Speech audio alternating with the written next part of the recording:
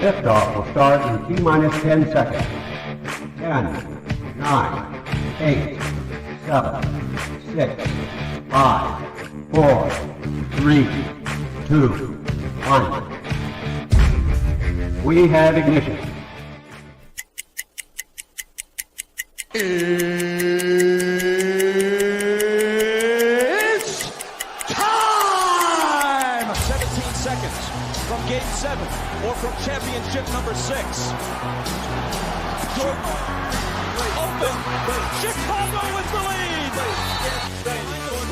Harper got a piece of it. It comes off. The Chicago Bulls have won their 6th NBA championship. Tying run at second, 2 out. Palmero over the head of Jenks. Uribe charges, throws, out!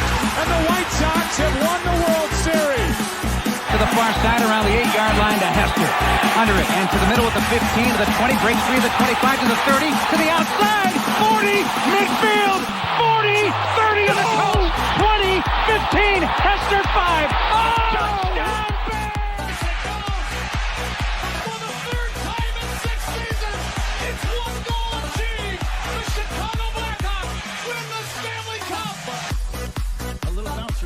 Toward Bryant. He will glove it toward Rizzo.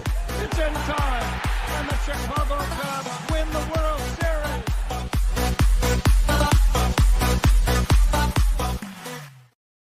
What up, what up, what up? Welcome to Shawn and Maya in the morning on the TGI Mickey Finky Friday. It's the weekend, baby. And I'm your boy, the SuperBack, Shawn Sierra. Thanks for tuning in. If you're watching us on Facebook Live, well, then I guess you found us on Facebook. And if you're not following us on Facebook, what?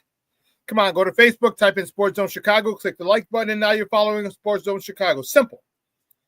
But wait, there's more. Go to the show's page, go to Shawn and Maya like that as well. So not only will you be following Sports Zone Chicago, but you'll be following Shawn and Maya in the morning as well. If you're watching us on our YouTube channel, excellent. If you're not subscribed to our YouTube channel, come on, baby, get with the program. Go to YouTube, type in Sports Zone Chicago. Click the subscribe button, but also click the notification button. That's the little bell right next to it. And that'll let you know anytime a show from Sports Zone Chicago is going live. Get it? Got it? Good. Now, if you watch this on our mobile app, yay. Man, if you don't know we have a mobile app, come on, man. You got to keep up with the Joneses in them. We got a mobile app, so wherever you get your apps from, it doesn't matter. You go there, you type in Sports Zone Chicago, you download it. You take us with you on the go, so not only do you get Shawn and Maya in the morning 3 days a week, not only do you get our other live shows throughout the week, and not only are they archived there like they are on Facebook and YouTube, but I'll tell you what, we give you a slew, and I mean a slew of articles. Thanks to my man Clarence, Council III. Big up to Clarence for keeping you abreast of all articles Chicago sports related. You watch this on a Roku channel. I like that kind of party, baby. If you don't know, you better ask somebody. Sports Zone Chicago, we have our own Roku channel. So if you have a Roku television in the house, do us a favor. Download Sports Zone Chicago's channel to your Roku television.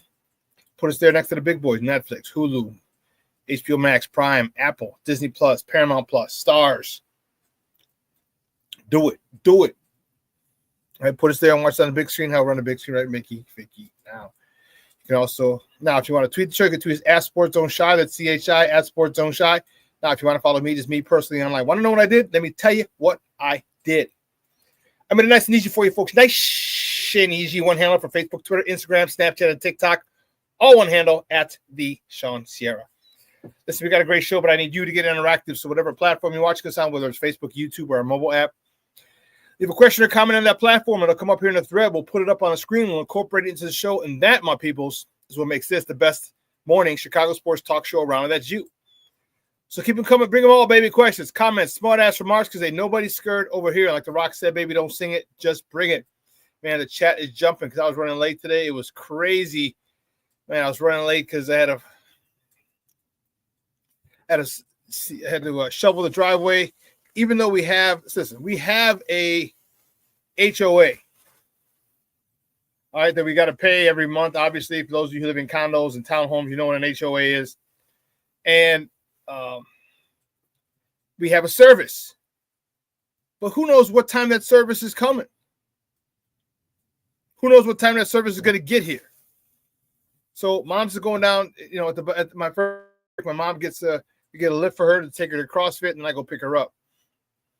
But I had to shovel the driveway because the driveway is kind of on an incline.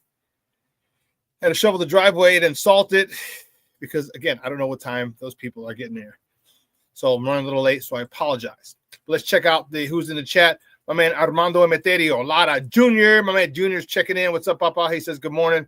Michelle Walls in the Mickey Ficky house says, Mickey Ficky TGIF, and it's the weekend, baby. You know it, Papa. You know it. Oh, shit. Mr. Shode is in the house. Yes. Look at it. He says, Shorty says, it's even snowing here in Atlanta. I woke up to a good 2 inches. It doesn't stay freezing here during the day, so now it's turned to rain. Woke up to 2 good inches. That's what she said. Oh, how you doing? I'll be here all week. Be sure to tip your bartenders. So he said it'll be all ice tomorrow morning. Perfect for my 12-hour drive back to Chicago. Oh, you're coming back home. Okay, Papa. Cornelius Squalls in the house. He's like, what up, what up, what up, sports owners? This coaching searches is because paralysis by analysis. Yeah. Shorty said, I can't wait to drive in the icy roads in the Smoky Mountains of Chattanooga, the Moccasins, University of Tennessee, Chattanooga. One of my running back coach, my senior year, Tony Ball. I had him for 1 year before, because my coach left. We got a new staff my senior year, but Tony Ball was from the University of Tennessee, Chattanooga, the Moccasins. Yeah, he was a good dude. He's a real good dude. Russell Webster checking in the house. Abdul Carter. Yes, sir, Bob. Yes, sir, Bob. That joker, man, he ain't nothing nice. Wow. Oh, man, James Ford checking in. What's up, Papa? How are you? Thank you. I appreciate it. Checking in. King Booker World checking in. Says salute, chat, and Shawn. Yeah, listen, guys, we got a great show at 10 o'clock. My man, Zack Pearson from BearReport.com is going to join us. Talking all things Bears. Tons of head coaching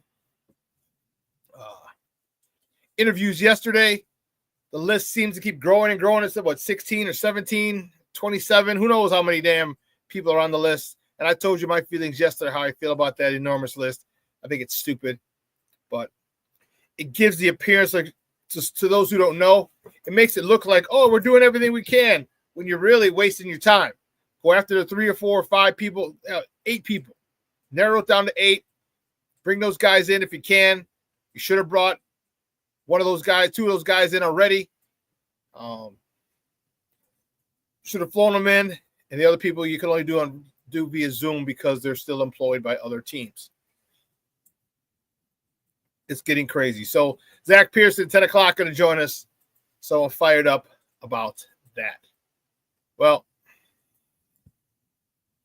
guys, you know how we do the first segment of every show. It's called Top of the Morning.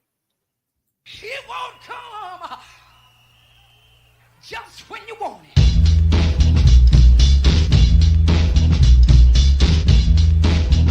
Top of the morning to you. Top of the morning to you. Top of the morning to you. See which way we go. Which way do we go? Which way do we go?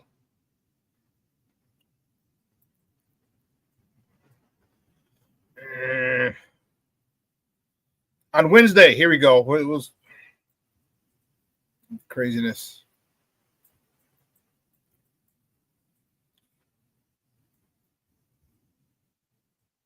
On Wednesday, the Bulls belted Indiana Pacers 114-110. Listen, this was a frustrating.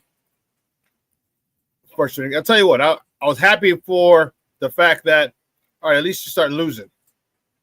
At least you're losing, because we need to start losing. Oh, no, wrong score. Pardon me. They lost 129-113 to the Indiana Pacers on Wednesday. And let me tell you, it was a rough one. Zach LaVine led the way with 31 points. Kobe White, 19 points. Nikola Vucevic, usually a walking double-double, not this time. 10 points, only 7 rebounds. Jalen Smith chipped in with 13 off the bench. A lot of good, but everybody scored. Everybody scored. Insane. Insane. Just craziness for our Bulls. Some days they look good. Some days they look like crap. But keeping up with the top of the morning topics, the Bulls host the Wizards tonight at the United Center. Tip-off is at 7 p.m. Central. You can catch that game on Chicago Sportsnet Plus or listen to it on their flagship station, 670 a.m. Moving on, the Blackhawks travel to Detroit to take on the Red Wings. Puck drop is at 6 o'clock Central Time. You can catch that game on Chicago Sportsnet or listen to it on their flagship station, 7:20 a.m. You know,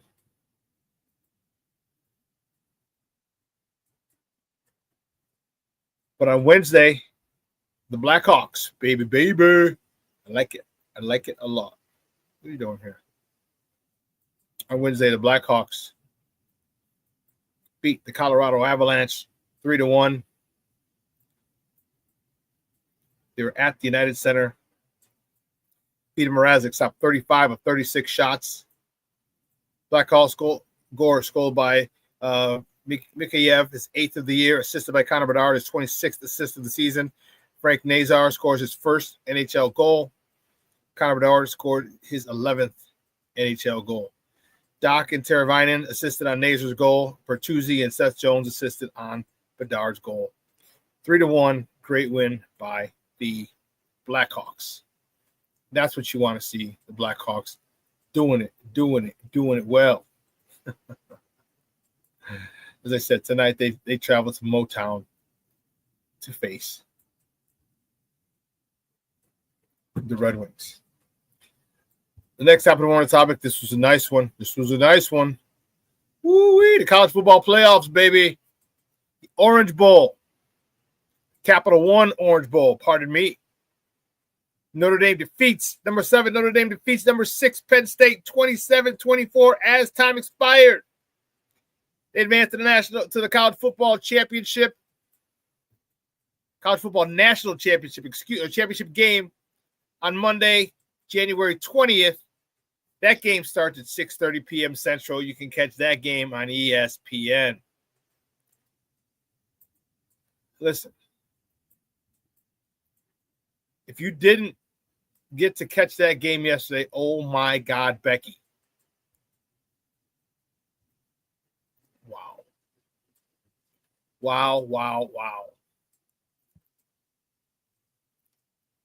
That's the first matchup in the semifinals. The second matchup is tonight, 6:30 Central, the Cotton Bowl in Dallas. Number 5 Texas takes on number 8 Oklahoma State. As I said, 6:30 p.m. kickoff. You can catch that game on ESPN. The winner of this game faces the Notre Dame Fighting Irish. Notre Dame, who is looking to win their first national title since 1988. Some of you may not even have been born in 1988, but that was the last time they won the national championship. Lou Holtz, Chris Zorich, Todd Light, Tim Brown, their squad. They had a squad. Was Michael Stonebreaker on there? I think he might have still been on that team, Michael Stonebreaker. I don't know. Can't remember. Well, keep it moving. Next top of the morning topic, the Bears started their interview process yesterday with Pete Carroll, Anthony Weaver, Mike Kafka, and Drew Petzing being conducted on Thursday. I'll tell you, man, it's crazy when all these were being done virtually, and it bothers me. It really, really bothers me. I mean, I told you, my guy is Mike Vrabel. But right after him would be Pete Carroll. Actually, Mike Vrabel was yesterday. I don't know why I had Pete Carroll. Pete Carroll, I think this might be today. I must say, but Mike Kafka, Weaver, and Petzing were yesterday. And the thing about Vrabel doing his interview over Zoom bothered me because you have the ability to fly him in. All right, you did. And to me, that looks like a half-ass organization. I know the majority of things meetings have to be done over Zoom at this particular point. Only way they have to be done over Zoom if the person you're interviewing is still under still under contract with another NFL team. If they're not under contract, then you can fly them in. Okay, so Pete Carroll is not under contract. He sat out this past season after stepping down last offseason. So he's not employed. They could have flown him in. Mike Vrabel was on Cleveland staff as a consultant. His contract expired last week. So he wasn't under contract. You could have brought him in. Hell, Mike Vrabel's going to the Patriots today. They're flying him in. This is what I'm talking about. This half-ass bullshit is what keeps us the laughing stock of the league. If you're interested in Vrabel or anybody, show them. Show them. Go pick him up in your private jet or fly him first class. You should have a private jet. Go pick his ass up in a private jet. Okay, and bring him here. But stop doing this Zoom shit when you have the ability. You have the ability to bring certain people in who aren't under contract. And these are two of the better candidates that, in my opinion, that they have.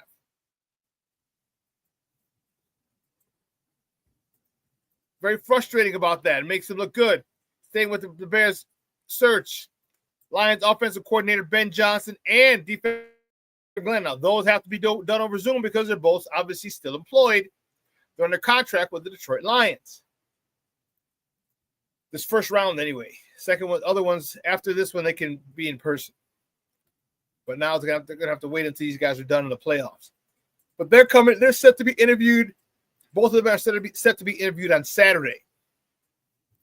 All right.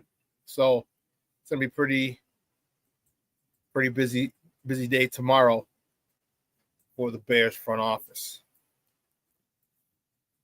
St. Rita alumni and offensive coordinator for the New York Giants, Mike Kafka, was also interviewed. That's got to be cool, man. Growing up on the South Side, and you get to interview for the head coaching vacancy of the Chicago Bears, the team you grew up rooting for as a kid. That's kind of dope. On a more somber note, keeping it moving at the top of the morning topic, the Vikings-Ram playoff game, which is set for Monday, which was set to be in Los Angeles as the Rams were the home team, has been moved to Arizona due to the fires in Southern California. You saw the damage that has been done by those fires, and multi-million-dollar mansions, and just people have swept through the area. Multi-million-dollar mansions have been burned to the ground as the fire swept through the area.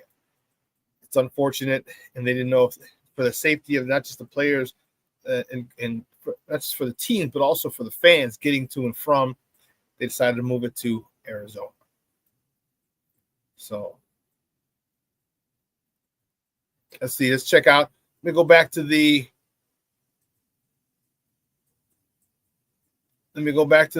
chat, see who else is in there. Patty Larris checking in. Good morning, Ma. Thank you so much for tuning in. Theo Shawn, Jeremiah. Yeah, baby. Oh, snap. Jay Grizz checking in. What's up, Papa? How you doing?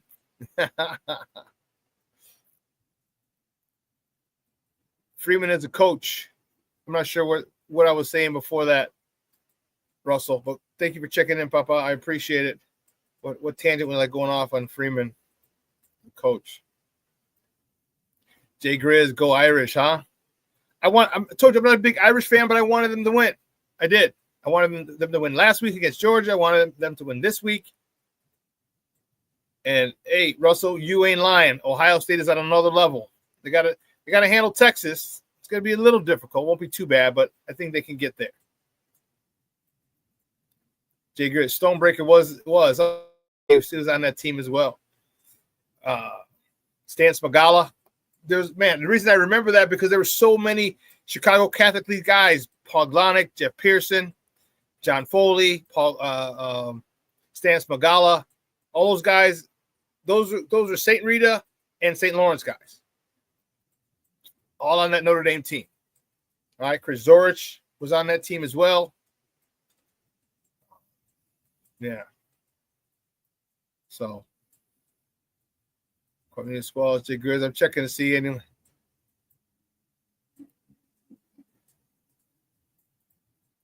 Jay Grizz, so you're echoing the exact same words I said last night, Shawn. Vrabel was a top candidate. Treat him as such. Hell yeah.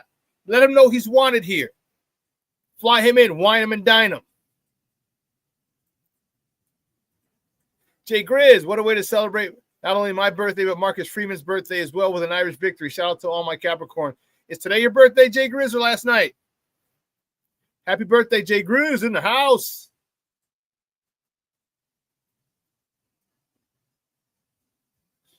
Russell says, I believe Poles wants Ben Johnson. That's why they're putting on this sham search. I don't know. There are a lot of reports that say he didn't want Ben Johnson because Ben Johnson wants another GM. Interesting.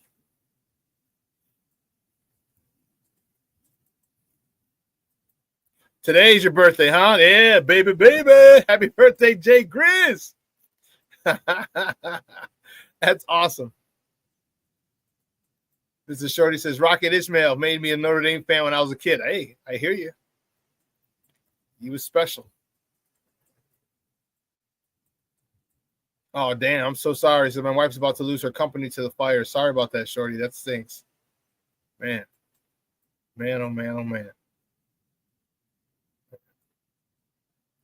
But you know what? Companies and businesses can be rebuilt. Homes can be rebuilt. People cannot. Just remember that. All right, well, listen, here's what we're going to do. We're going to take a quick break. On the other side of the break,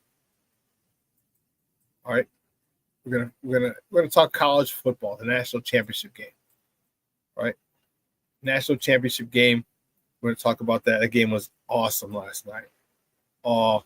All right, so don't go anywhere, folks. Keep it locked right here. Shawn and Maya in the morning on Sports Zone Chicago.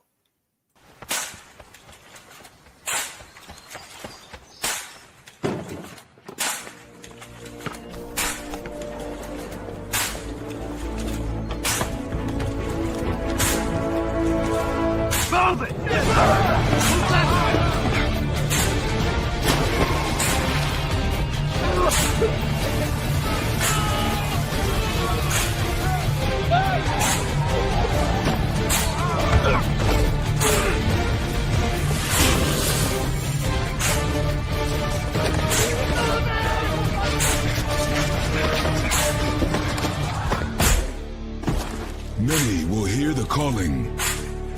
Few will earn the title. United States Marine. The few, the proud, the Marines. Hey, it's your boy, the SuperBack, Shawn Sierra, and be sure to follow Sports Zone Chicago on all social media platforms, on Facebook, Instagram, and our Roku channel. You can find us at Sports Zone Chicago, and on Twitter, we are at Sports Zone Shy. Also, be sure to download our mobile app so you can take Sports Zone Chicago with you on the go.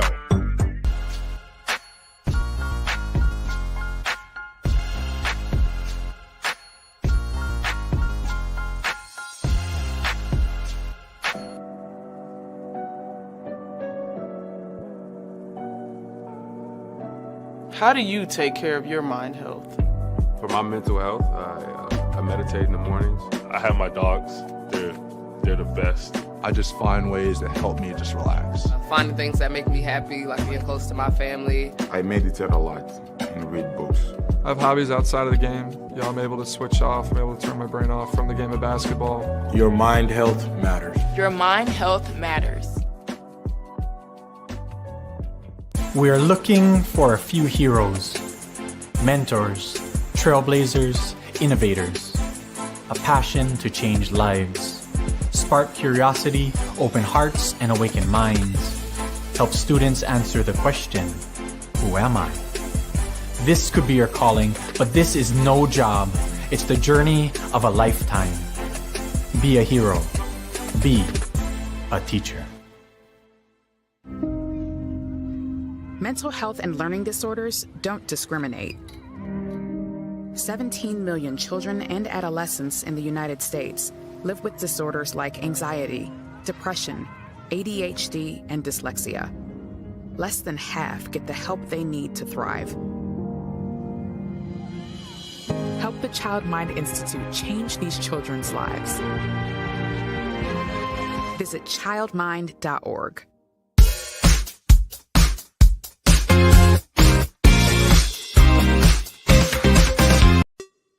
Hey, it's your boy, the SuperBack, Shawn Sierra, and be sure to follow Sports Zone Chicago on all social media platforms, on Facebook, Instagram, and our Roku channel. You can find us at Sports Zone Chicago, and on Twitter, we are at Sports Zone Shy. Also, be sure to download our mobile app so you can take Sports Zone Chicago with you on the go.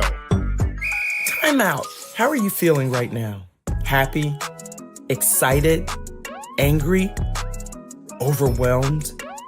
One of the best things you can do for your mind health is to name what you're feeling. It can sharpen your awareness and help you talk about your feelings with someone you trust. Here are 3 questions to ask yourself. Where are your thoughts right now? In the past, the present, the future? Do you notice any sensations in your body? Is your heart beating fast? Is there a flutter in your stomach? Or are you fully relaxed? What do you need right now? Time with others? Time to yourself? Remember, there's power in this awareness. So find ways to identify what you're feeling today.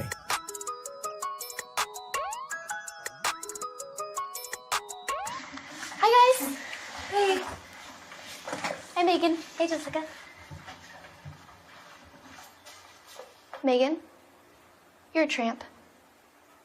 Brian Fitch told me you guys made out. Everybody knows. He said your breath smells like garbage. And he almost puked. He says you're the most desperate girl he knows, besides your mom. How many boyfriends does she have anyway? Lots? Your makeup makes you look like a clown. That zit is huge, zit face.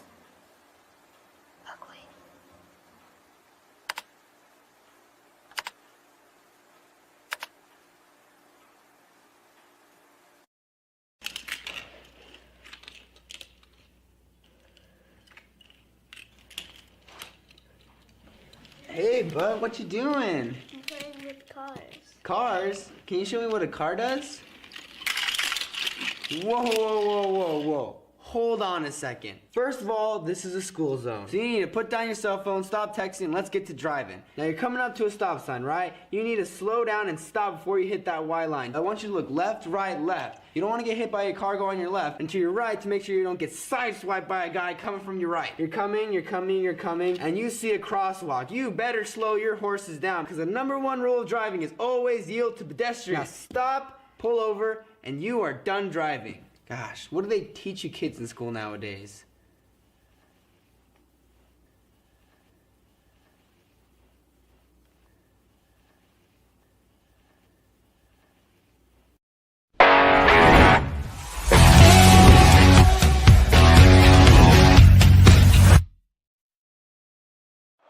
Singleton remains the back. It's a blitz and a good call. A screen against it. Nicholas Singleton across midfield.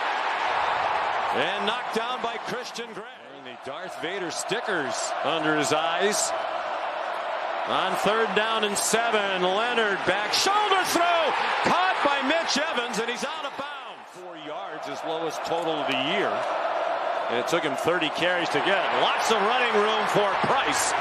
And he's down close to the 1st down. Tyler Warren again lines up. He was recruited as a quarterback by many schools, originally committed to Virginia Tech.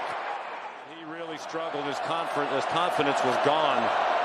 3-man rush. Aller, here come the laterals. Warren ladled it off. Harrison Wallace sends it back to Aller. And that's out of bounds and ends the game. Notre Dame has won the Orange Bowl, and Marcus Freeman is taking them to the championship game. Welcome back to Shawn and Maya in the morning at Sports Zone Chicago. Those clips courtesy of ESPN. That was a game last night. If you're a Notre Dame fan, you're fired up. If you're a Notre Dame hater, you're mad as hell right about now. What a phenomenal game. And That was an awesome, awesome game. Awesome. Oh, my man, Brian. Brian checking in. What's up, Papa? How are you? Waking up after your long hibernation. Plank checking in. What's up, Papa? How are you? Plankster. In the house. That's what he's talking. That's what I'm talking about.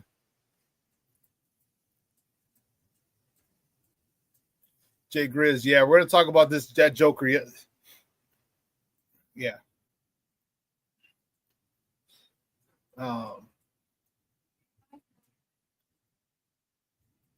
Jeremiah Love touchdown run was sweet. That was sweet. Yeah. So we definitely have a lot to talk about. So let's get right to it. Big game. Big game for Marcus Freeman and the Notre Dame Fighting Irish. Omar's car here. Looks like it.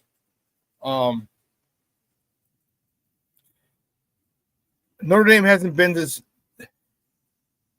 far in a long time. The last time they were this far, they played Alabama and got smoked. Okay. And that was, 10 years ago?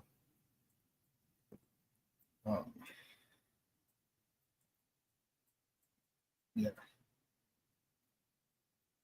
That was the Manti Te'o.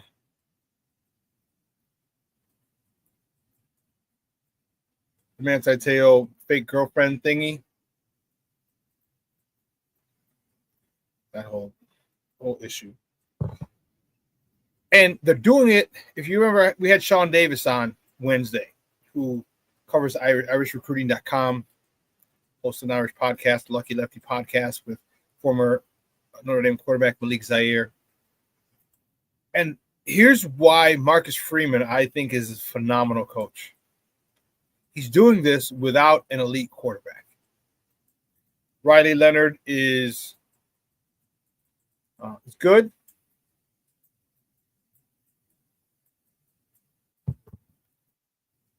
But he's not great. And if you remember on Wednesday, Shawn Davis said Notre Dame is the only team whose quarterback doesn't have to play a good game for them to win. And he's right. Notre Dame's running game was held in check for the most part until the end. So Jeremiah Love just bullied his way into the end zone. Oh, my goodness gracious. Great ball to fire. Bullied his way. But Aller had to have a good game yesterday. Okay. Quinn Ewers has to have a good game tonight for them to win. And Ohio State's quarterback has to have a good night tonight as well. Notre Dame, if Ohio State was not in this playoff, I think Notre Dame would win it.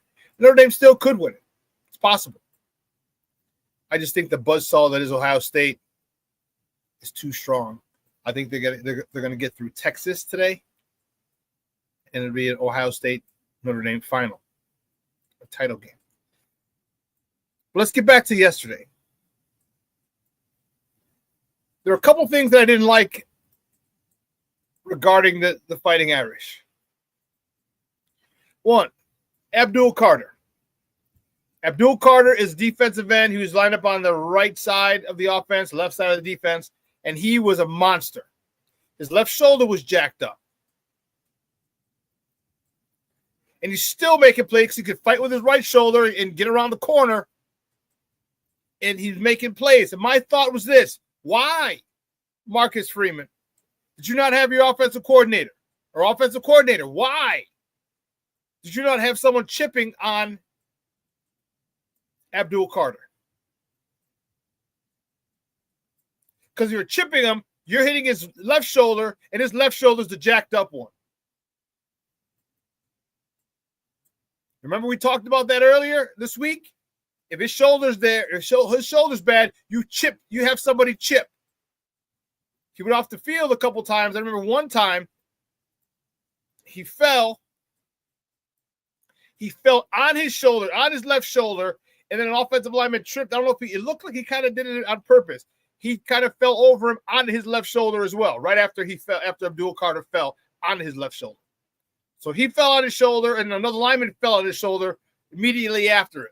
And he jogged off the field. You watch, when he was jogging, he wasn't swinging his arms. He was swinging his right arm, and his left arm was just kind of like still. So I was wondering why you didn't do that, because guess what? That'll slow you down. When you're hurt and somebody attacks your weakness, and listen, you might call it cruel, you might call it mean, but listen, if you're out on the field and I can neutralize you, but nothing illegal, that would not have been illegal. Chipping him at all would not be illegal. I'm doing it. I'm doing it every play. Every play. See, the killer instinct there wasn't there by by the Notre Dame Fighting Irish offensive coordinator. Listen, this kid, he's still going to get drafted in the top 5. You could have beat his ass and hurt and made him possibly quit. I don't know. But you find out, you attack him, run right at him. People like that, you cannot run away from. He will catch you from behind. You run right at them. And especially when he's weakened, you definitely run right at him and attack his weakness every single time. That bothered me. That bothered me. Riley Leonard. I don't like the way that they run their quarterback draws, or I don't even know if it's a draw. Quarterback counters. He gets it, he hops once or twice, and then goes. He got tackled by the safety, because the safety saw it immediately. Riley Leonard got the ball, he hopped. 2 offensive linemen came around and he followed. The offensive lineman picked up their blocks, but no one was picking up him because he wasn't in the box in the count. He got tackled for no gain. I'm not a big fan of that. But I was a big fan of the resiliency of Notre Dame. Notre Dame went down 10-0. It was poor pickings. Poor pickings. That first half. They're down 10-0. Thought we were gonna go into the half 10-0, but they're able to muster up a drive. Kick that field goal right before the half, which is perfect because they got the ball the second half. Great halftime adjustments by Notre Dame. Great.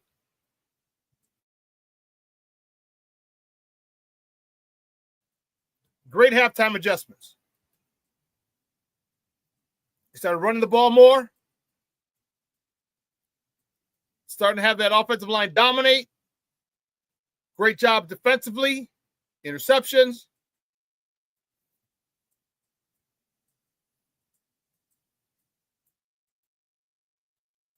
You're full.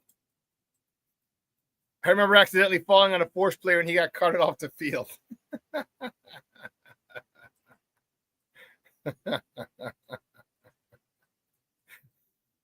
Accidentally, huh?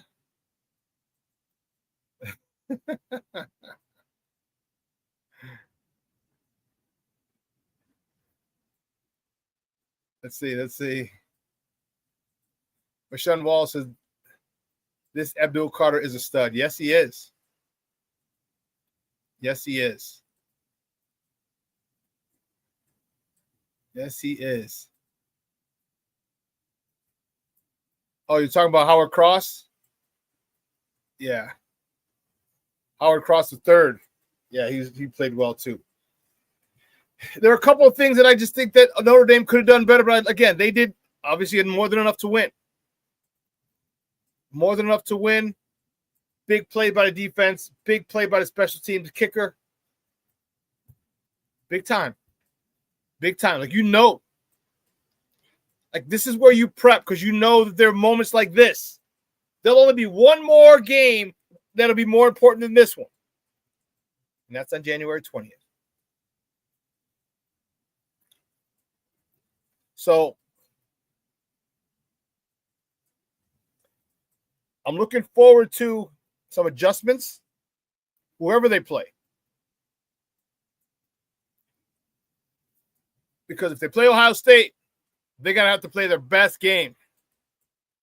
Yeah, Jay Grizz, he played for the Giants back in the day. Yep.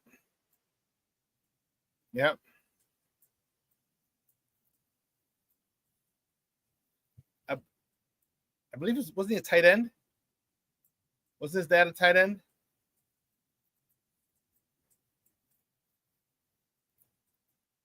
But the run by Love, goodness gracious, great balls of fire. That run by Jeremiah Love was just insane. That was beast mode like. That was mini beast mode. That was college beast mode. His refusal to go down after being hit. He had to hop over a guy first. People dragging at him. He's pulling at him. People had his waist. He's grinding. He's pumping his legs. Bouncing off tacklers. And finally extends the ball out over the goal line. Touchdown. Phenomenal, phenomenal touchdown run. I, as a former running back, approve of that message. I approve of that message.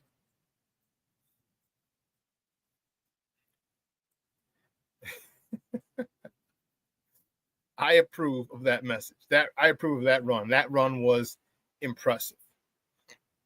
And I'm very thankful that he had. And see, that gets me going. That got me going. To know the running backs still fight like that. Running backs still have that desire. Running backs are still that powerful. Running backs are still that determined. Running backs still have that spirit in them that you will not bring me down without a fight. And they fight all the way to the ground. That fired me up. Man, me and my guy Caesar, we went and watched it over at my guy Andy's spot, local cantina here on 95th. And me and my guy Caesar went nuts. Big time high five. It was awesome. It was awesome. And Uncle Mo, I'm talking about momentum. Uncle Mo shifted sides a couple times in the game. Momentum shifted a couple times. Aunt Moss checking in. He says, bear down, Shawn. Good morning. Bear down, Aunt Moss. How are you, Papa? Appreciate you.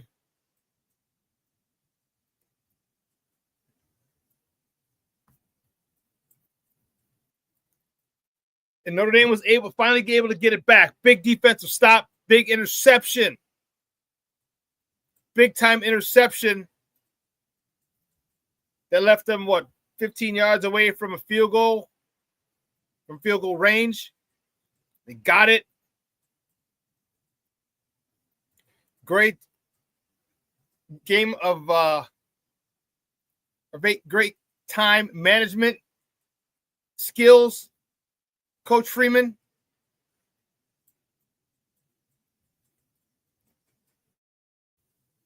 Saving that one timeout. So it was necessary. You had to use it. You know, I liked it a lot.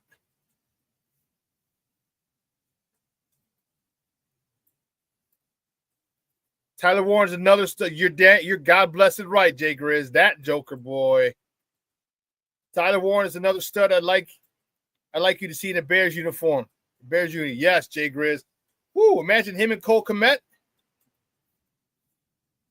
Tyler Warren is their tight end. Penn State's tight end, number 44. First team All-America.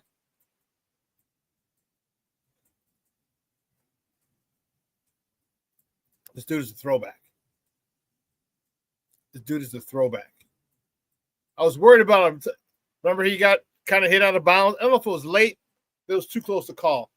But he gets hit out of bounds and slams the back of his head on the ground. Whew. Whew. Yeah, that was great player. Great player. A lot of great players in that That defense stood strong for Notre Dame, and I was very impressed with their ability to stand firm. A lot of short yardage situations where had Penn State been able to convert, probably the outcome probably could have been different. But I'll tell you what, I was very happy for Notre Dame, very happy for Marcus Freeman. And they asked him about being the first black coach to go to the national championship game. And the one thing, and I like this a lot, he understands the gravity of that situation. Well, him or who's the head coach for Penn State? I can't see him. Light-skinned guy, bald head. Franklin, is it? Anyway, either one of them, whoever won, was going to be the first black coach to go. But Marcus Freeman won it. He's the first black head coach to go. And when asked about it, he said, first of all, I don't want to make it about me, make it about us. That's for starters. James Franklin, yeah, it is. He said, make it about us. He said, yeah, it goes out, because it's all about the team. Because it truly is. The players have to play well. The position coaches have to coach well. The coordinators have to coordinate well. The head coach has got to run all that shit well. And Marcus Freeman's doing a really good job of running all that shit very well. Because how many of you thought after the loss to Northern that they'd be in this spot? Nobody. Unless you're just a diehard Notre Dame homer. Nobody thought they'd be in this spot. Think about all the guys like, oh yeah, after NIU, watch Notre Dame run the table. Well, guess what? They're running the table. Notre Dame has run the table. And they are. It just bugs me because they're going to run into, I believe, in an Ohio State team they're on one. Remember Drake's song, "We on one, we on one." Yes, Ohio State, they're on one. Ohio State is there on one. And I don't know if Notre Dame can get past them. There's a chance. So you're telling me there's a chance. There's a chance, but you're talking about Notre Dame would have to play a great game, and Ohio State would have to play a subpar game. And still, they need some help.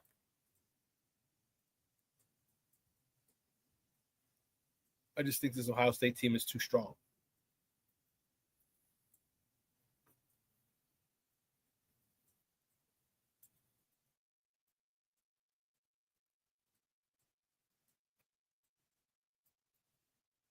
Patty says NIU beating ND is going to help their recruiting. Yeah, it is. And they're moving to the Mountain West.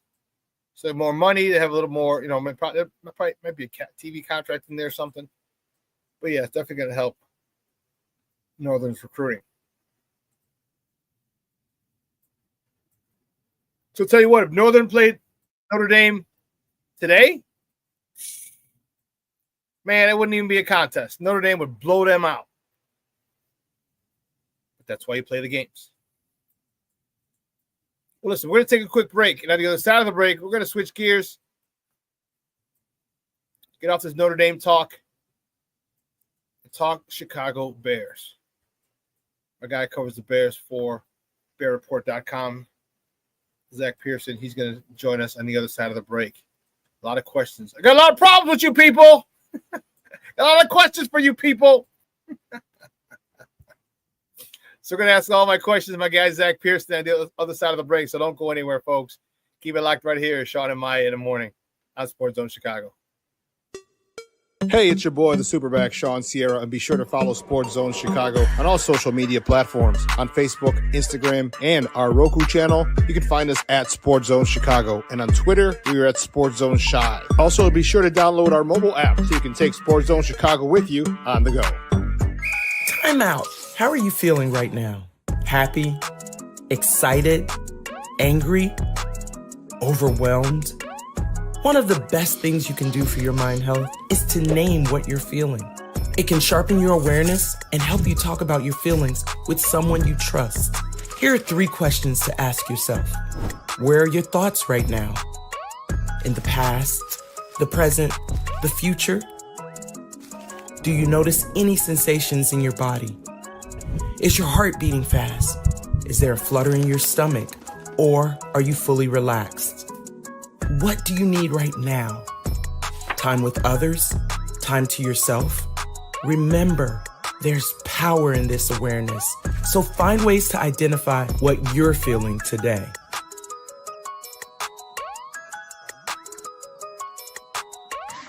Hi, guys. Hey. Hi, Megan. Hey, Jessica. Megan, you're a tramp. Brian Fitch told me you guys made out. Everybody knows. He said your breath smells like garbage. And he almost puked. He says you're the most desperate girl he knows, besides your mom. How many boyfriends does she have anyway? Lots? Your makeup makes you look like a clown. That zit is huge, zit face. Ugly.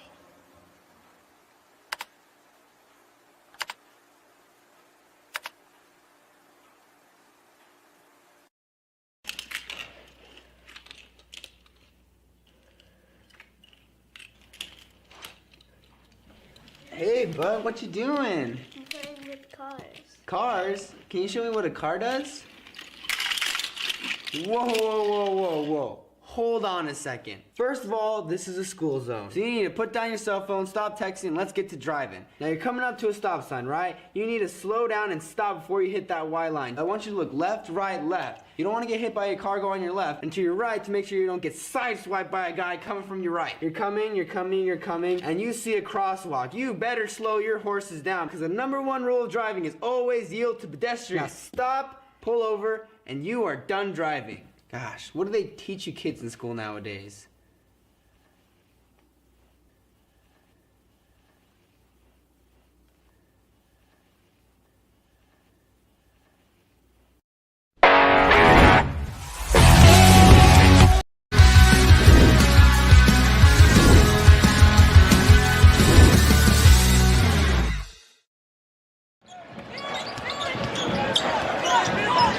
Giddy has a switch with Bryant, wants to take him off the dribble, gets to the cup and banks it in. Oh, nice move. These teams against one another have overcome 20-point deficits in the last couple of years. Bulls are going to have to do that tonight. Vucevic gets to do. Neither team really shooting a lot of free throws. Giddy the kick, Horton Tucker a 3. They only have to be in position to help. You look at Indiana. Look at everybody's coming. I've been very impressed with their defensive effort tonight. Smith with another 3 to Indiana. Zach having some trouble corralling it. Here is Zach. And he'll have his 30-piece for a 4th consecutive game. Welcome back to Shawn and Maya in the Morning Sports Zone Chicago. Those courtesy of CHSN, Chicago Sports Network. Those were the Bullies on Wednesday. Very poor performance down in Naptown. Getting blown out down there. One team that didn't get blown out were our boys on Sunday. And yes, I did not have them winning that game. Not a lot of Bears fans did. Okay. Not a lot of pundits, writers, analysts, prognosticators. Not a lot of them did. It didn't mean they didn't have a chance. Don't get me wrong. So you're telling me there's a chance. And there was a chance. Let me tell you, the Bears took advantage of it and were fired. I'm fired up about it.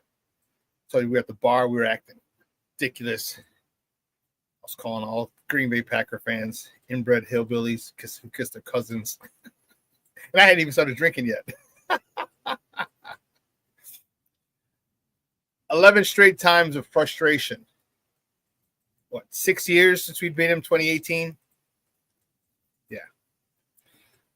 So my next guest we're gonna talk about all things Bears. Maybe not so much about the game, but now that the game is over, there's so much going on. Head coaching search. Everyone's doing. People have been doing mock drafts already. Everyone's talking about social media is talking about Why everyone got to be on Zoom? Why can't you fly him in? Well, kind of. There's some rules you got to follow. So my next guest is going to help us sort all that out and see where he's at in regards to the Bears head coaching search. He covers the Bears for BearReport.com. He's been on this program quite a bit. He rocks with us. You can find him on Twitter at Zack, Z-A-C-K _Pearson. Guys, welcome back to Shawn and Maya, Zack Pearson. Zack, what's up, buddy? Good morning. Hey, how's it going, man? How you doing? I'm doing well, man. I'm doing well, especially after that natty game, the semifinal game yesterday. That was awesome.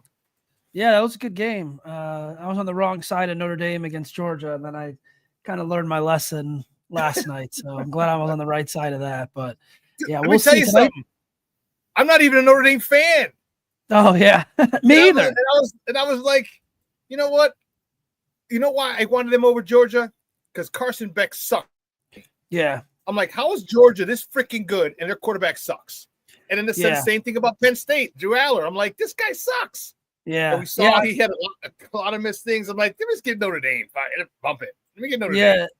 Yeah. Notre Dame won me a lot of money betting in the regular season. And then when they were playing like Army and Navy and they were even getting, those teams were getting 14. I was like, there's no way they're going to keep up with them. And when I went to that Georgia, I bet them against Indiana because I didn't really think Indiana was as advertised. I mean, they had an incredible season, but like when they played Ohio State, you saw what kind of happened. But yeah, that Georgia Notre Dame game, I kept on flipping back and forth. I'm like, man, I don't know who to pick in this game. And for some reason I was like, I actually picked Notre Dame, and at the last second I changed to Georgia. And then this week I'm like, I'm taking Notre Dame, and I did the same thing with Ohio State last week, and now I'm taking Ohio State tonight. And yeah, we'll see. That should be another good game tonight. Dude, Ohio State is on one, man. Yeah, they are on a mission. They're on a mission from God, dude. They are focused, laser focused. Yeah, I said like the best thing that could happen to Notre Dame was when they lost to Northern Illinois, and the best thing that happened to Ohio State was when they lost to Michigan. So I know you don't want to lose to your rival, but if it leads to a title, I mean, that's kind of a nice. Let's see, lose to a rival or title. Yeah. Kind of a nice payoff. Yeah, it is. Let's get that. Let's get on with the boys, man. The first round of interviews happened yesterday. All of them are over Zoom. Are you happy with that, or does it? Would you rather have them bring in some people that they were able to bring in by the bylaws of the NFL? I don't even think it matters, to be honest. Like I think people are kind of just looking for a reason to get mad at times. But I can see the argument the other side too. Like I do think there is value in bringing in Mike Vrabel or bringing in Pete Carroll, because I think now with the list is up to 15, 16, they can only technically bring in 4 guys because everyone else is everyone else is still in the playoffs. And it can't be interviewed, or it can't interview unless it's virtually. Yep. Yeah. So, David Shaw, Matt Campbell, if he interviews, Mike Vrabel, Pete Carroll be the 4 off the top of my head that you could bring in. I mean, I don't think it's a deal breaker for any candidate. I think it's just kind of what the Bears want to do. And we'll see. The next round, they'll get guys in the building. It's not like they're going to be doing they're going to be doing virtual the entire time. I'd be absolutely shocked if they did that. They'll get guys in the building, and we'll see where it goes from there. But, when you talk about Mike Vrabel, and he's already interviewed, it kind of feels like he's going to New England. It kind of just feels like the worst kept secret with, how they did their interview process. And, in my opinion, kind of exploiting the Rooney Rule, getting those 2 interviews, right away and out of the way. So we'll see, but I don't think it's a big deal. And again, I don't think it's going to be a difference maker. I think it's just kind of like the times we're in, you know what I mean? Like it's Zoom is used more for work and stuff now too. It's just kind of what it is. It's a lot of meetings are over Zoom instead of in office. I can tell you, my wife has Zoom meetings all the time at her office. You know what I mean? It's like, how many offices have a Zoom meeting? Yeah, it's not the only one. Different companies do it like that. So yeah, I had a problem with it, man. I thought, and here's why: if you wanted Vrabel, okay, which something tells me they don't, because of his strong personality. If you wanted him, then you better go show his ass that you want him. I'm gonna send a plane. I'm gonna send the hell with first class. We're sending a plane, baby. Not first class. We're sending a plane for you. All right, little private jet.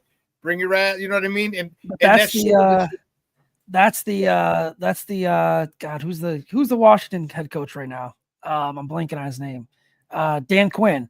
That's the Dan Quinn thing where like they wouldn't put him in first class or something like that. Yeah. They just don't, for whatever reason, they do not operate how should I say it? How a normal NFL franchise should operate. I mean, I'll give you a prime example, and not to get off topic, but Tuesday when we had the presser with Ryan Poles, you know, the media room at House Hall, it's a small one. It's an overflow of media at times, but they did him in they had his presser in that little media room, and then they did Kevin Warren and George McCaskey in the midway hallway where there's not a lot of space. So it's like, you know, you're trying to scream over people getting questions. You know, I can't get a question in because I'm 5 rows back, and it's just like, so to your point, I mean, I get it. It's just that's how they operate. So like nothing surprises me, you know, if that kind of makes sense. Like how they choose to do things, I just don't even. It's just like right over my head now because that's just how they are. Like and I would agree. Like I think, you know, there are benefits to having the in-person, the human to human, you know, connection. Like you're there, you know, you're talking. Yeah, exactly. You're talking to someone. The handshakes are still important. Things like that. Like, yes, but you know, it's how they're choosing to do it, and we'll see. But I think with Vrabel, I think, you know, it's the worst kept secret. He ends up in New England. I don't know if that's impacting the Bears' decision because, like you said, if you really want them, you make that effort. You know what I mean? Like you make that effort to get them in the building, to get them, you know, around your building to meet people. And you know, I don't know. It's just pull out all the stops. I mean, when you're courting your wife, you know what I'm saying? Like you and all, you're all out. You know, like exactly. Dinners and the flowers and the calls and texts and all this. You know what I mean? Like you go out, let them know. There's no question that we're not interested. There's no question whether we want you or not. There's no question that we want you to leave no question in the mind of that candidate and let it be up to him. When you come up with a half-ass effort, it's like, yeah, I'm here to guess what? It is what I'm hearing. I mean, it is what I'm hearing across the league. And you know, who was the wide receiver who was on that one podcast? He's like, when I went to Chicago. Oh yeah. You know, they're a clown of an organization. They're a joke. Yeah. And I was like, man, it's like this is how they view. This is how the players. Oh yeah. The league view the Bears. So it's players, coaches, media, analysts. It's how they view the Bears overall. I mean, it's you know, you've been there, you've been at the games, you've been in the media. It's how they just do it, and it's frustrating. It is because I feel like, you know, I grew up a Bears fan. I also have to have a line of being professional with it. At the same time, you know, you just get frustrated because you feel for the fans and you feel for, you know, I have close family and friends are just constantly texting, like, what are they doing? What's going on? And it kind of feels like, you know, maybe the media in that building knows more than they do, you know, and I don't want that people take that out of context, but like, you know, it's like you have people in that building writing about your failures. Like you'd think, you know, hey, maybe we got to change something. Hey, let's draft our franchise quarterback and not protect them. Yeah, things like that. You know what I mean? It's crazy, man. It's crazy. And now this is why we're doing this again. This is why you and I are talking about this again today. We should not be talking about this in 2025 after they just hired a coach 3 years ago. You know what I mean? Like, it's crazy. It really is. And you know, Mike Vrabel was my guy. Yeah. Okay. What qualities, you know, do you want in a guy? Because me, dude, I want somebody when he steps in the room, you know that motherfucker's in charge. You know, ain't no question, ain't no snickering, talking in the back by the guys that know jokes who sit in the back like, hey, chill, coach it. You know what I mean? That's the type of thing when I want a Ben Vrabel. I want a Pete Carroll when they walk in. People like, you know what I mean? Those type of coaches. For you, does it have to be offensive minded, or is that a deal breaker if it's not offensive minded? What do you want from the next Bears head coach? For me, it's like I want like a hybrid mix, if that kind of makes sense. So like I want a guy that is offensive minded but can lead a team.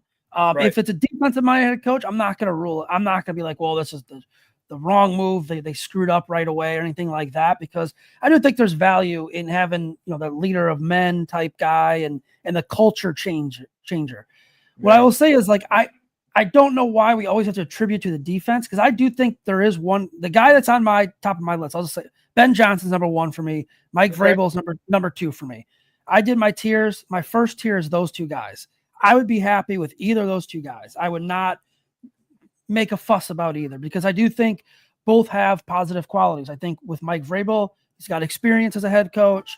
He's the type of guy, when he comes in your building, players are going to listen. The culture is going to change. He's going to make players already said that. He's not even here. The players said that. Former players have already said that. And he's going to make it known from day one, there's no screwing around. And now that we learned all that we've learned from this past training camp and offseason, that was the Bears' biggest mistake. They brought in an offensive coordinator that just players could make mistakes and screw around and false starts and holding, and nothing was, all there for everyone. When you look at Ben Johnson and kind of going with what I was going to say was, I think if you want that offensive-minded head coach and also a guy who could potentially change your culture, it would be Ben Johnson for me because of this. Where has he been the last couple of years? Detroit. What team is the poster child of a culture change in the NFL right now? You'd argue it's probably Detroit Lions with what Dan Campbell's done. No question. Is Ben Johnson, that bite your kneecaps, hard ass like Dan Campbell is? And I say hard ass in a good way. I don't know, but he's been in that building. So he knows there's no effing around. You think what was going on with the Bears would fly under Dan Campbell? I don't think so at all. I think they would have put a stop to it, August 10th or whenever. So yeah, I think he knows what it takes to be an NFL head coach, I think, or have that. I don't want to say, I'll rephrase it. He knows what it takes to kind of have that tough mentality, the culture first mentality.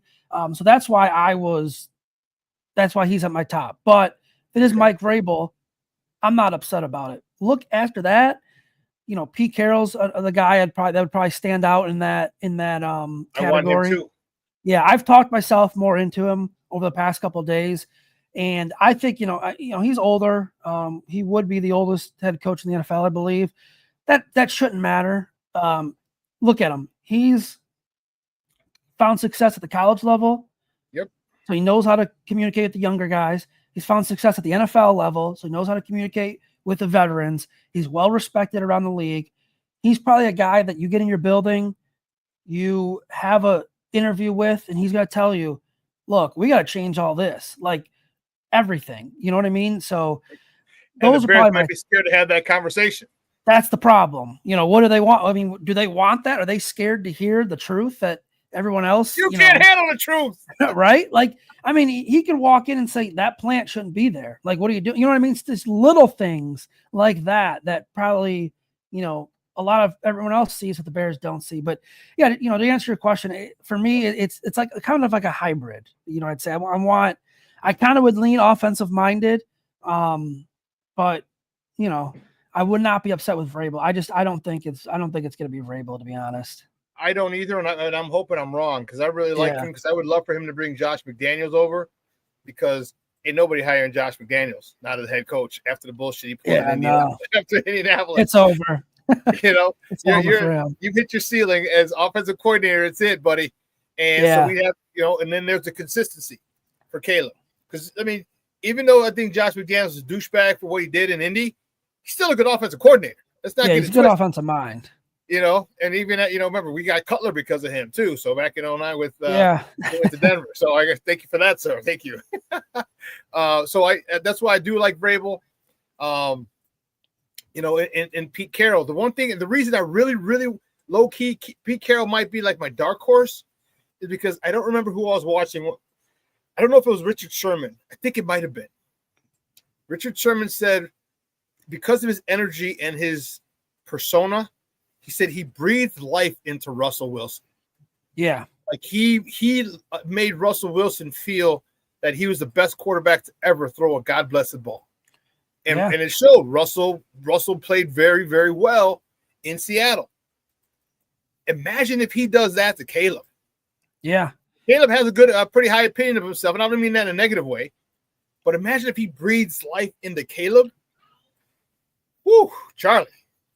So that's why Pete Carroll's up there for him, because coaching matters. You know that. No, you know that's my mantra. You know that's my mantra. Yeah. Coaching matters. And if the most important person in your organization is your quarterback, then you better make sure that son of a gun feels like he's the baddest mother hubber to ever throw a God bless his ball. Yeah, you know what I mean. And you let him know that, and that's why Russ had that special treatment. That's why Russ had, he had the issue with Sean Payton, because it's not. I'm not Pete Carroll. I'm not going to kiss your ass. I'm not going to cater to you. I'm not going to blow life in you. He was more businesslike. Yes. If Pete Carroll can do that for Caleb, dude, the flashes that we saw that Caleb, and we saw a few flashes for Caleb. I'm not a Caleb guy, but I can report objectively. He has a lot of good flashes this year. Yes. And those would be a lot more consistent. He also wasn't in, he had a very turbulent rookie season. Like you go through 3 offensive coordinators, 2 head coaches now. Yeah. I mean, the way that the Bears had it set up, and it's all coming out now. You know what I mean? With the slacking off in training camp, and Ryan Poles flat out said it, we're making too many pre-snap penalties. And I was there. I'd see it all the time, and I'd note it, and I'd write on Twitter, and people, you're negative. I'm like, they're not where they should be. They're not where they should be. And then Cole Kmet says it, Zach. right? Oh, it's been happening for years. Cole Kmet says it. Keenan Allen says it. Mercedes Lewis is saying it. They're throwing the offensive coordinator under the bus, and now we know. So yeah, I do think getting like a no BS guy would help. The benefits offensive minded is I do think, even it doesn't have to be offensive minded, honestly, but I do think that, one of the important things is what Ryan Poles said is, how are you going to develop the quarterback? What is your plan to develop the quarterback and make sure he can take that next step in year 2? A year ago today, we'd be sitting here saying CJ Stroud could be the second or third best, fourth best quarterback in the NFL, the way he was going after his rookie season. Sit here now, and you're like, okay, look at that season he had, this year. And they're in the playoffs, but they also are in one of the worst divisions. Yeah, they're also in one of the worst divisions in football too. So, you got to make sure the development is there. Like, look at Josh Allen from year 1 to year 2. Huge step. Lamar Jackson, huge step. You know what I mean? So, yeah, it's the development of Caleb Williams is certainly on the top of my list as well. It has to be.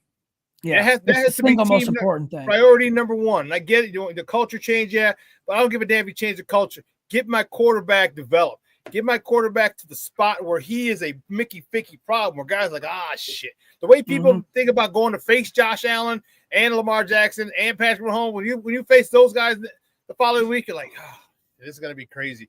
That's how we need him to get. We need to get him to that level of consistency, that level of performance, level of confidence. Because even though he's confident, you can only be so confident when you don't have results.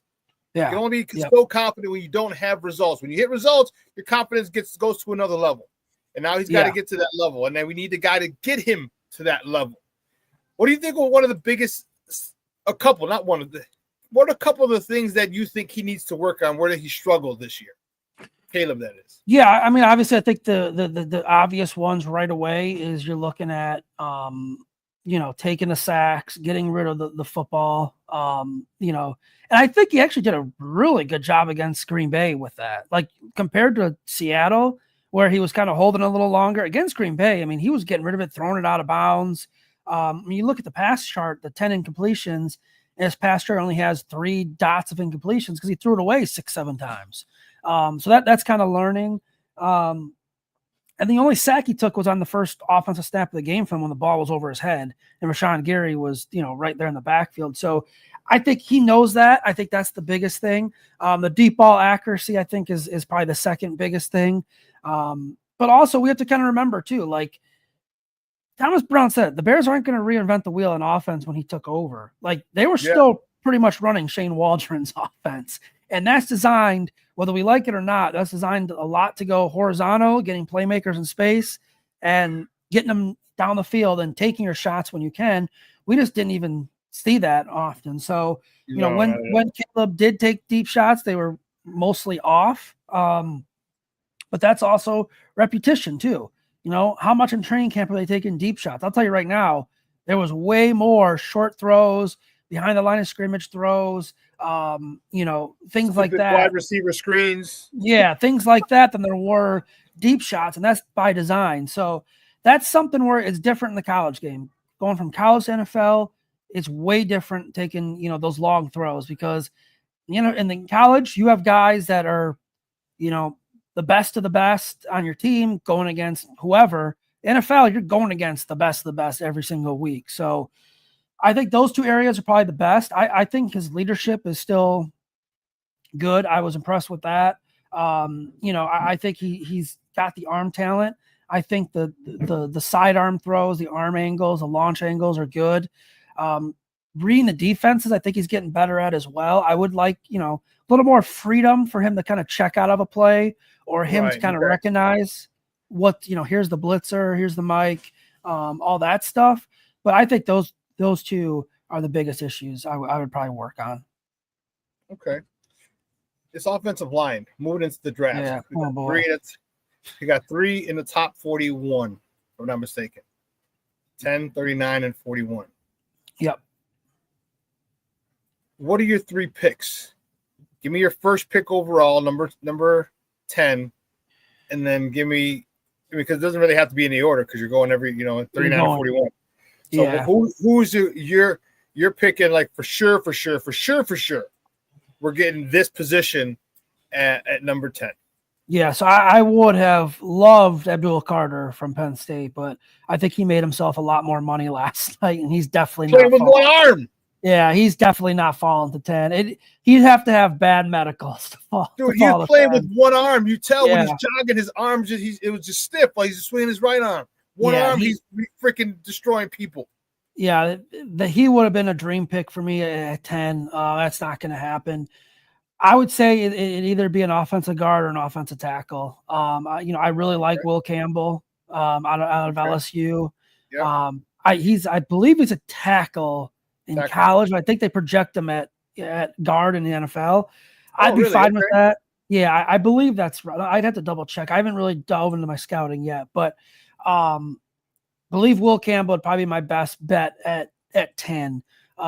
Position wise, I think it's got to be either offensive tackle, guard, or edge. I think those are the 3 you got. Anything else would be kind of shocking to me. I get the Genty hype. I understand. I think you can get another back in round 2 that could be of service of you. You know what I mean? Like I think you could go. Amari and Hampton from North Carolina would be a solid pick later in round 2 or 3. It has to be trenches for me. It absolutely has to be. That'd be anything else would be disappointing unless it's something crazy like someone fell, like Will Johnson or someone, and you're really high on him. But even then, I'd be a little. Even then, yeah. For me, it's got to be the trenches. For me, it's got those first 3. O-line, I'd say tackle. Give me your. But I mean, the guard. To me, I mean, not to me in football. Guard to guard is where your strength of your line is because you can always step up. You can. Yes. We need that, but I still want to tackle. Give me a stud. Give me a stud offensive lineman that first pick. If it's a guard, perfect. Yeah. I'm not going to be a center because you're not going to pick a center that high. So if it's a guard, no. Most likely a tackle will go that high. And if it's a tackle to take over Braxton Jones, I'm cool with it because he's protecting the backside of your franchise quarterback. So, tackle. I'll just say tackle with 10. 39 and 41, O-line, D-line. I don't care what order. D-line, O-line, D-line, whichever one. And these are the ones I got to hit on. These are the ones dude, we got 3 picks in the top 100. Yeah. That's only there's so many, you know what I mean? Like there's a lot of edge rushers in there coming out this year. Remember last year, all we talked about, next year is all the edge rushers. Well, guess what? This is next year. And we got the edge rushers. We should be able to get one with that last pick. With 41, like I said, if you see someone you want 39 and you go get them. But that's what I need. I need that freaking, because I was talking to my guy at the CrossFit this morning. I'm like, that is the definition of irony. guy who's a former offensive lineman doesn't build up the offensive line through the draft. Yeah. Right? Yeah, I mean, go figure that. My thing is, you got those 3 picks. 2 of them absolutely have to be trenches. I'd hear an argument for the 3rd pick at a different position, depending on the player, depending what they do. I think if they dangled Tyreek Stevenson as a trade, or they just cut ties with him or whatever, I would entertain a defensive back. I would entertain it. 2 absolutely have to be trenches for me. 2 offensive linemen, an offensive lineman, or an edge. 1 has to be an offensive lineman for sure. But I'd probably lean more towards the side of all 3 of their picks being offensive line or edge, a mixture of that. I'd be totally fine with that. Okay, guys, we're joined by Zack Pearson from BearReport.com, talking Bears football here on Shawn and Maya in the morning on Sports Zone Chicago. How long do you think this head coaching search will take? And I mean, it's kind of a tough question because if you're a Ben Johnson guy and really can't do much with Ben Johnson until he gets done, and that might end up in what is it, Detroit this year? Is that what the Super Bowl is? Detroit? New Orleans. New Orleans, that's right. New Orleans. Yeah. How long do you think this thing will take? I mean, I honestly, my personal opinion, I think it's going to take as long as the Detroit Lions are alive in the playoffs. So if you really want Ben Johnson, hope that the Lions lose. Hope that they lose early and kind of get it out the way. But we've seen in the past, Kevin O'Connell was in the Super Bowl with the Rams, and the Vikings had to wait a long time to hire him. I'm sure they had a handshake agreement. He probably had an interview, and they were, probably sold on him. And they just had to wait to make it official. I mean, if Ben Johnson's their top guy, which I believe he is, I believe he should be, you're going to wait until the Lions are done. If, Pete Carroll comes in their interview, or Joe Brady or someone like that comes in and has Cliff Kingsbury has a really good interview and blows you away, and you feel like, okay, this is our guy. Are you willing to do that and pull the trigger before Ben Johnson's even, allowed to interview again? I think they're going to take their time with it. They don't have to rush, because it's not like the Jaguars or the Raiders are going to get a head start on you on Ben Johnson. He can't interview after this week and, until they're eliminated. Right. So it's like, I'd probably say, I think the Lions are going to go far, honestly. So I think it's going to be at least 3 to 4 weeks more. I think, and Mr. Shorty says weeks as well. It takes a colossal F up to transpire. The Bears need to overthink it till the brain hurts, and then they default the biggest dork to pass the eye test. That's funny. But no, I agree with you, man. I think it's going to take a minute, especially if that's your dude. If Ben Johnson is your dude, okay, then make it work, and I'm okay with it. Are you cool with Ryan Poles being the point man on this thing, or leading this charge? Are you cool with it? Because I'm not. Yes and no. Okay. Yeah, it's tough, because I think it's clear that they're going to plan to extend him if, to match up with the GM. If not, they probably should have just fired him, because you don't want to keep doing this where you have lame duck situations. I mean, I kind of like, in a way, that I think there's a lot of pressure on him now. You know what I mean? I think there's a lot of pressure on that. He has to get this right. And to me, that means he's really going to take his time. He's really going to do his homework. He should be doing that stuff. I can't say 100% he will, but he should be doing that stuff. A normal GM would, a good GM would. So I think the pressure on him is actually a good thing, because he knows, if I screw this up, I'm done. This is it. This is it for me. I am absolutely toast. So yeah, I do trust it a little bit, and I do like that he has to do it. At the same time, his decisions in the past have kind of come back to bite the Bears, and that's why they're in this position now, and that's why they're looking for a new head coach, and he's got to figure this out, and they got another leadership council. They I hope they don't consult Bill Polian again. That was Please don't. please, never again. Which it doesn't sound like they're going to. So, yeah, I'm fine with it, just because I think the pressure, what's that saying? Pressure creates diamonds. So we'll see. Yeah, but also burst pipes too. So yes, it does. Yes, it does. And it's not good if it's bursting pipes at this time of year. Ain't that the truth, man? Yeah, it's getting cold. Yeah, so I'm a little leery on him with that about him making his decisions. It's just it's his philosophy. Maybe he rethinks his philosophy. He might have to. Because of what we talked about, your inability to, if he doesn't pick a minimum of 2 out of these first 3 draft picks or D line, like how can you trust this guy? Like I'm having that's why I can't trust him now. I'm like, you don't bring in a guy for you think this 5th round pick out of Southern Utah is good enough, and then you put, when he's hurt, you put a kid who played in FCS a level below the Big Four and who was injured that you drafted. Come on, man. There was just so many red flags about him as time went on. And, Rashawn Johnson. I like Rashawn Johnson. But what does he do? When you get the ball, he's not a guy that I can think, okay, take it to the house. He's not a guy that can outrun people. He's not a guy who can kind of shake people. He's a guy who's going to run through you. And guess what? He's going to fall down when it's said and done. But all we heard was, he's a great guy. He's a great character. Never met a young man with such character. And it's like, and that was a red flag at the time, and a lot of us tend to overlook it, like, oh, he's a good guy.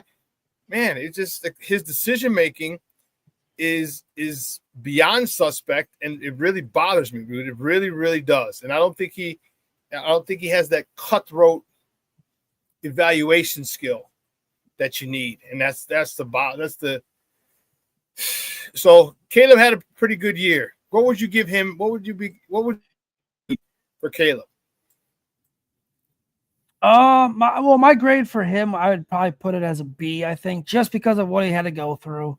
Okay. I just think it was, like I said, it was a turbulent year. The hype was all there. There was a lot of hype going into the season. And it's hard to kind of live up to that right away. Mm-hmm. I don't think, I think Jaden Daniels is going to be a really good quarterback. I don't know if Jaden Daniels would have been what he is in Washington at this situation either. I just think it's the Bears. It's a bad situation. It's just always a bad situation. So my grade, I think he'd be a B, and I think there's a lot to like. I think, the Bears, I feel more confident now with their quarterback position than I have in a long time moving forward. Yeah, the kid's special. I mean, like I said, how my stance on the Civil War, but it doesn't mean that I don't see this guy's talent. This guy's extremely talented.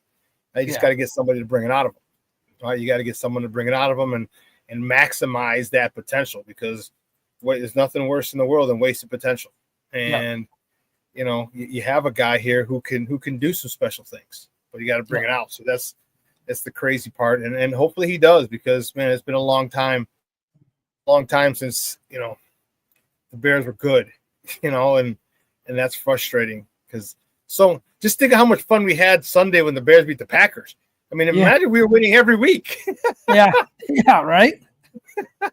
Every week it'd be something different. So yeah, hey Zach, great stuff, buddy. I appreciate it. Do me a favor though, before you go, let everybody know where they can find you and your work online. You can follow me on Twitter X at Zack_Pearson.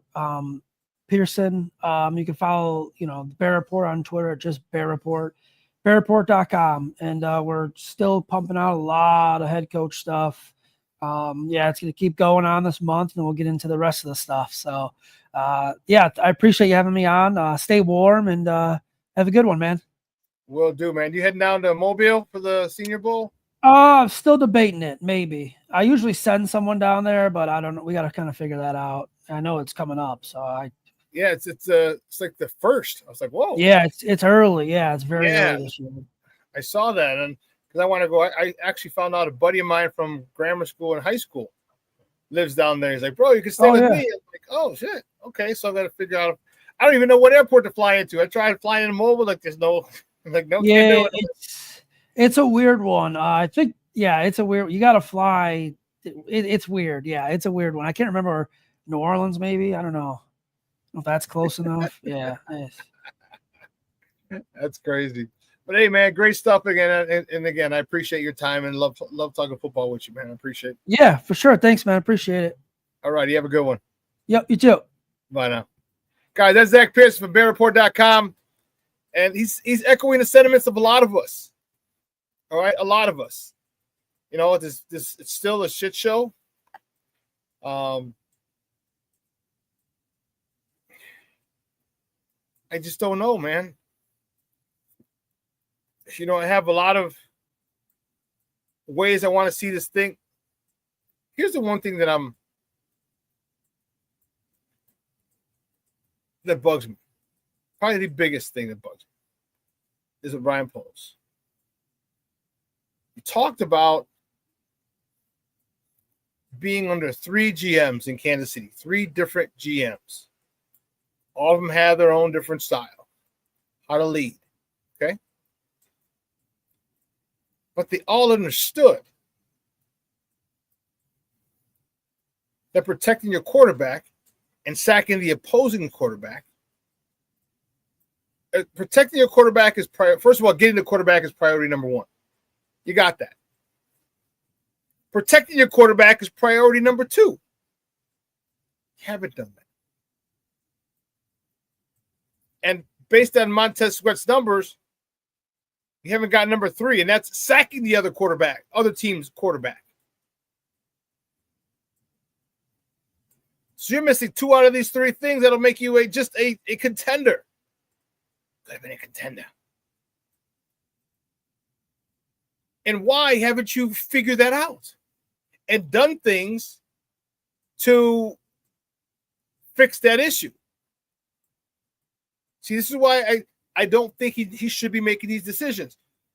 The philosophy is wrong. It's off. His philosophy is off. You go get a young quarterback that you're going to build your franchise around and you don't protect him? You think a 5th-round pick out of Utah State is going to protect him with skinny legs? You don't even get the most athletic one, and he's athletic. He's great on run blocks. Has his issues with pass blocking. Go get a guy who's done it before, who's done it on a high level, done it in the SEC, done it in the Big Ten, done it in the Pac-12. Not a guy who's done it in Southern Utah or a guy who's done it at Yale. Sorry. No, I'm not sorry. I'm not going to lie.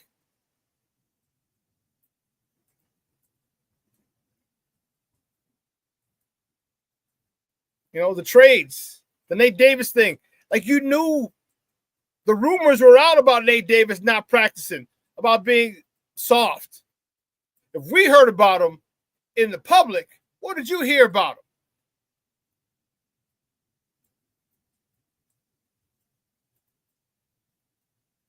James, let's see what you're talking about. James says, why does everyone think that an offensive coordinator is the best solution for a team that had so many problems? Why does everyone think an offensive coordinator is the best solution for this Bears team who had so many other problems? I don't know if they think it's the best solution. I think the thing is they want to address the most important issue, and that's Caleb's development. So the important thing about getting an offensive coordinator is that Caleb has to develop. You need someone who can develop Caleb. Okay? We had Justin Fields here. He wasn't developed. I'm telling you, Justin was developing. I'm telling you. I don't know why I have so many Pittsburgh people on my Twitter feed. But of course you're going to get your people who always want to start shit, but people talked about, wow, Justin was getting better and better and better every week. When here, he had no one to develop him. You can't keep doing that to quarterbacks. You can't keep doing it. That's why I think people are putting so much emphasis on the offensive coordinator.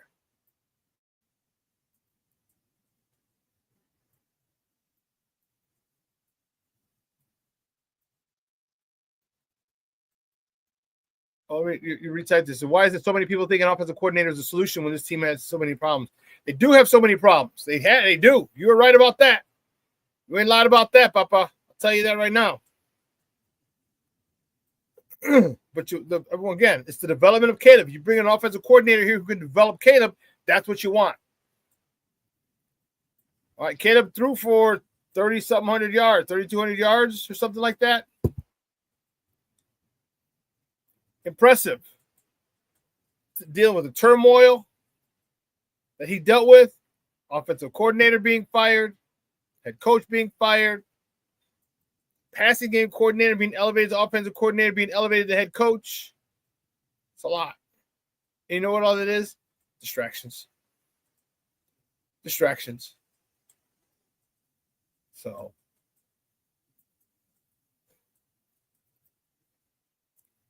I'm anxious to see the development of Caleb next year. Because there's certain things you could learn on your own. Okay? Like, you got to get rid of the ball quicker. You realize that. Or throw the ball away. You realize that now. You realize that this ain't Cal Santa Barbara, Cal State Fullerton, when you're running and dodging defensive linemen in the backfield where you're running for your life. It's not Cal State Fullerton. This is the NFL, where the best of the best athletes play.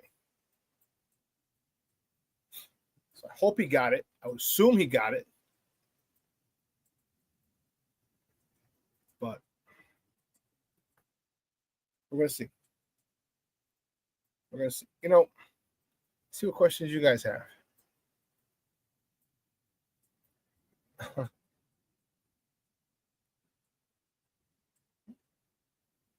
Any questions? Russell Webster said last year he was king poles. This year he's a pole smoker. How quickly things change. How quickly things can change. I was kind of happy for Mike Kafka. For those of you who don't know, he's the offensive coordinator for the Giants. However, he was with Kansas City for a while. Okay, and he went to Northwestern, but also went to my alma mater. He went to St. Rita High School. So, obviously, low key, yeah, I kind of want him to win. Just low key.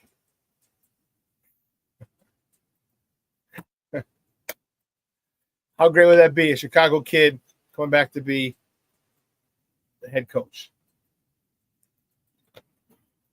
I mean, really, I don't think he's ready for it. I could be wrong. I could. Probably not, but I can. Did John Madden go to Cal State Fullerton? I don't know. Brian. Junior says, I have no faith in whatever the Bears do. They're inept. Yeah. Well, they've earned that criticism. They've earned that criticism by their decisions and by their play.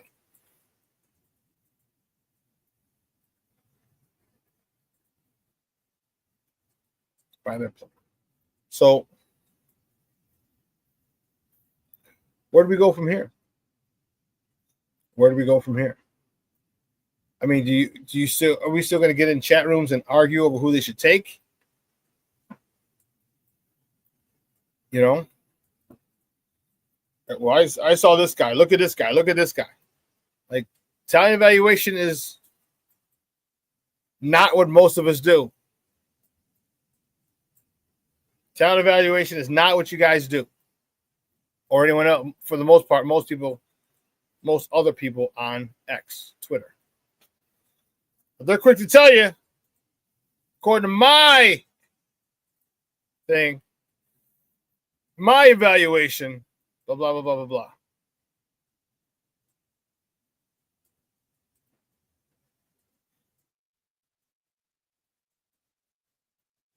But I feel it. I mean, they have confidence in what they see, and that's okay. But how many people who evaluate have actually evaluated talent? Have actually coached and brought out the best in kids and young men.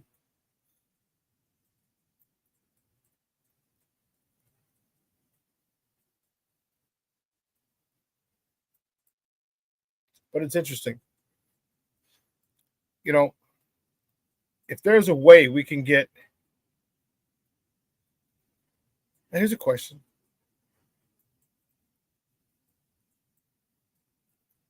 Would you trade up to get, say, one of your other second round picks, use that and trade up to get Abdul Carter, just like the Texans did? With your 10th pick, you get such and such, or with your 10th pick, you trade up to get Abdul Carter.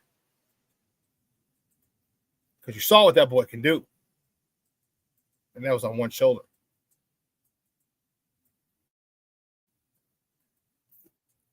I don't know. But damn it.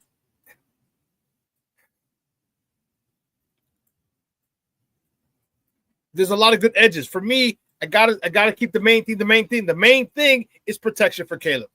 The main thing is improve that offensive line. Get protection for Caleb.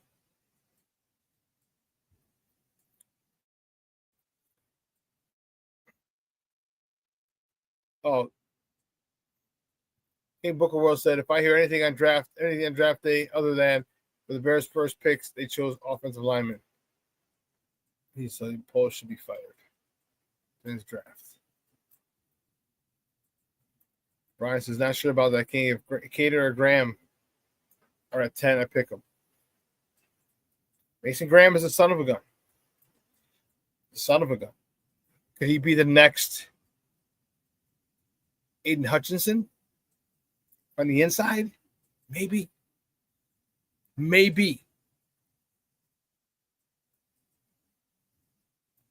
I don't know. I know Graham is great, but keep the main thing. Give me an offensive lineman. Give me a stud offensive lineman. And we talked about the guard to guard. If you got two good guards in the center, you're straight. You got to get those guards and centers. Like if you took a tackle, number 1, an edge 39, and your starting center at 41, I'm happy.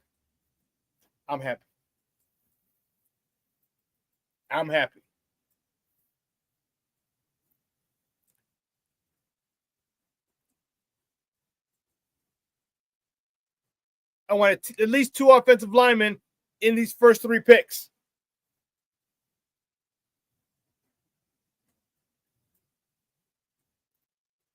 At least 2 are first offensive linemen. And I said I want that first pick, number 10, an O lineman. Give me someone that I could trust, that Caleb could trust, that got his backside. Give me someone.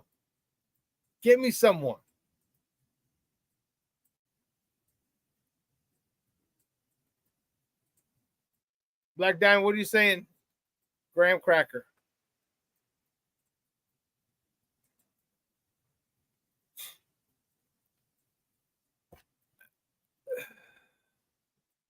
Brian says you would still have 2 picks in the second round for O lineman. Who did you want first, Brian? Okay, Peter Graham. It's tough, but if you stick to your plan, stick to the plan, you can do well.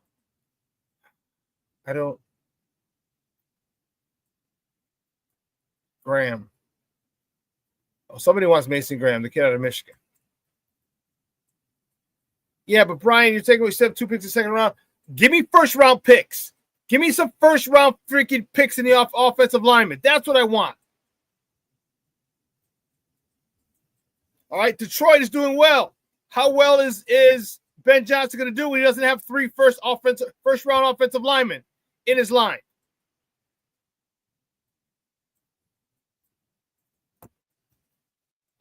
King Booker World, you ain't never lie.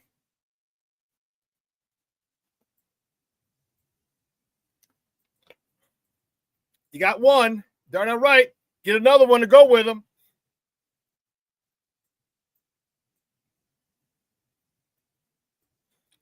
Look up on film. Jordan Salvinia. What school, Black Diamond? I'll look it up. What school?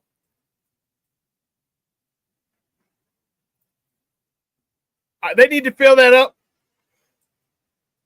Fill that offensive line with minimum 3. Minimum.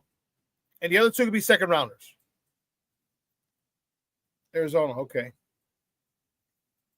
Because if you go back and learn history, you can repeat it intentionally. Look at the Jimmy Johnson thing, Herschel Walker trade.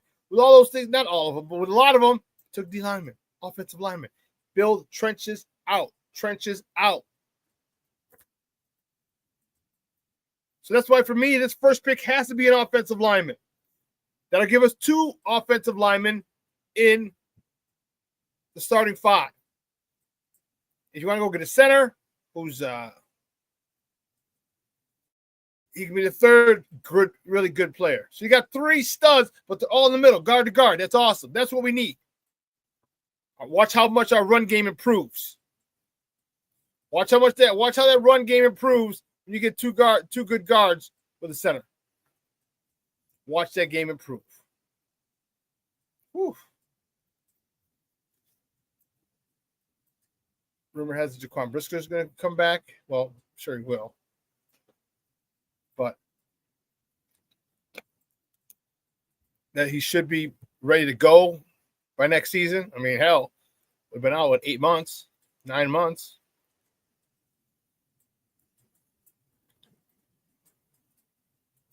Let me see. There's something else I wanted to.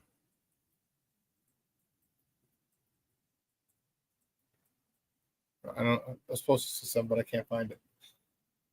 Well, anyway, listen.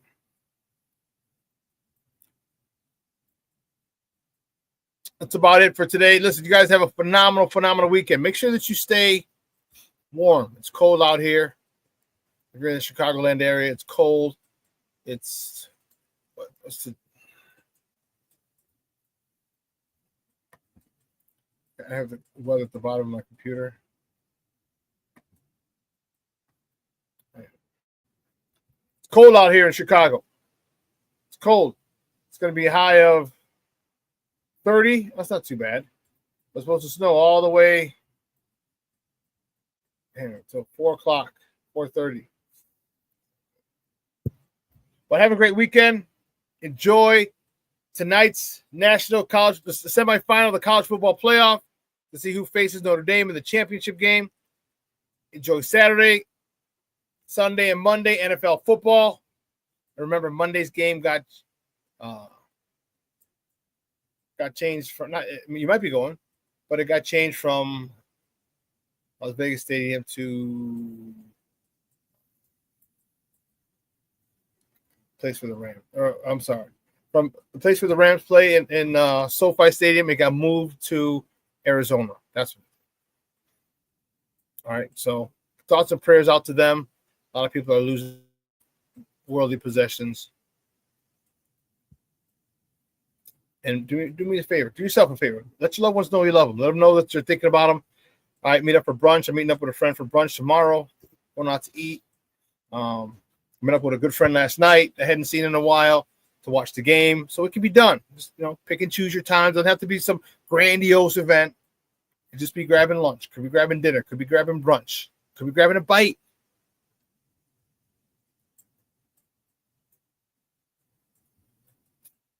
Just make sure you reach out to them, let them know, all right? Because tomorrow, as I always say, is not promised.